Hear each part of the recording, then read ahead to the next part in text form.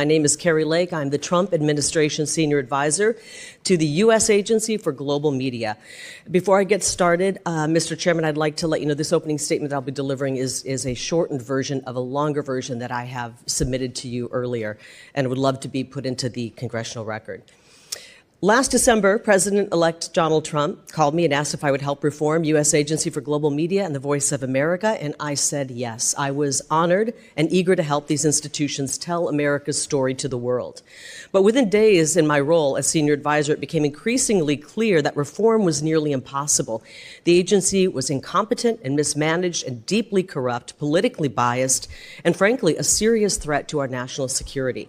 USAGM oversees VOA, Office of Cuba Broadcasting, and grantees like Radio Free Asia, Radio Free Europe, Middle East Broadcasting Network, Open Technology Fund, and Frontline Media Fund, all of which are 100% funded by the hardworking American people.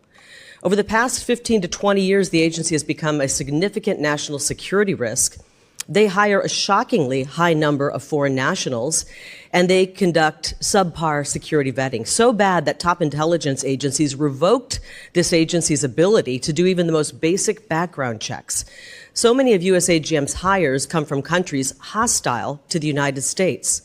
Over the decade from 2010 to 2020, Office of Personnel Management and the Office of the Director of National Intelligence repeatedly flagged severe security failures, but U.S. AGM leadership ignored them. They continued to grant journalists and technicians, many from foreign nations, high-level security access based on falsified documents and incomplete background checks, phony names, phony social security numbers. Even after corrective actions were taken in the final months of the Trump administration, these safeguards were reversed by the incoming Biden administration. The scale of the problem is staggering. During the first Trump administration, the political appointees led by CEO Michael Pack got to work fixing it. And they discovered that out of 150 people who were hired during that time period when they weren't doing appropriate vetting, 500 of them were still out there and they could not find them. They went back and re-vetted everybody, but 500 had gone missing. They could not be located for further screening. Foreign employees with social security numbers that are fake and fake names given top secret access now missing. That keeps me up at night. My team is working to track them down. Our new security director is working to try to turn this agency around and make it where it's safer. It's a vast problem that we've uncovered. We've also uncovered that the grantees like Radio Free Europe hired people later identified as foreign spies. At one point, they nearly hired more than 20 spies from a nation hostile to America. Those hires were stopped thanks to a timely tip, and I'm happy to give you more information on that in a secure setting. Voice of America has employed individuals with direct ties to hostile nations. They even once paid paid for somebody who worked previously in Russian media writing anti-American stories to come on the staff and continue to write anti-American stories. At one point, a serious security threat to America, an Office of Cuba Broadcasting Cuba was declared to be a national security threat. He was fired, thankfully, but he worked there for quite some time. So how do they get so many foreign nationals in? Well, they abuse the J-1 visa program, which is a pathway to citizenship intended for exchange students and cultural exchanges, students, camp counselors, and au pairs.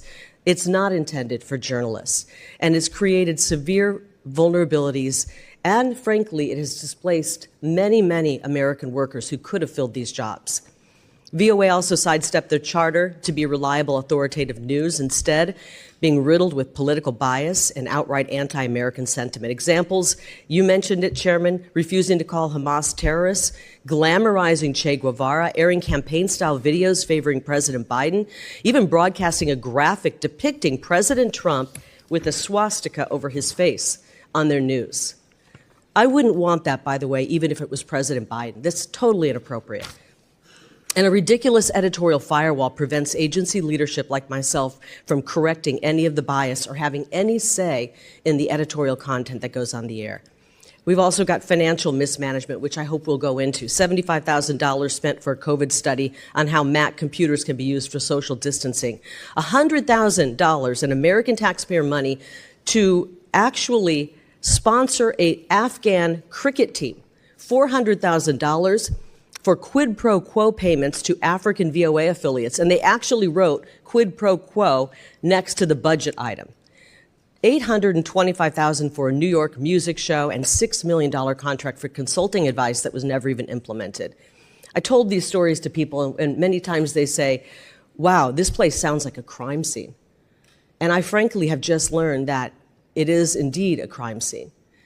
We've learned that there is an active investigation going on at VOA for a series of threatening phone calls that have been coming out going after one of your colleagues, a sitting member of Congress, with years' worth of threatening phone calls. And they've discovered that those phone calls were coming from inside the Voice of America. This place is rotten. It's rotten to the core. President Trump has asked me to go in and help clean it up. And he's also issued an executive order to reduce this agency down to its mandate, to what is mandated, statutorily required. That's exactly what I'm doing. I don't care if they attack me. We're going to make it right for the American taxpayers. And with that, I'm happy to answer any of your questions.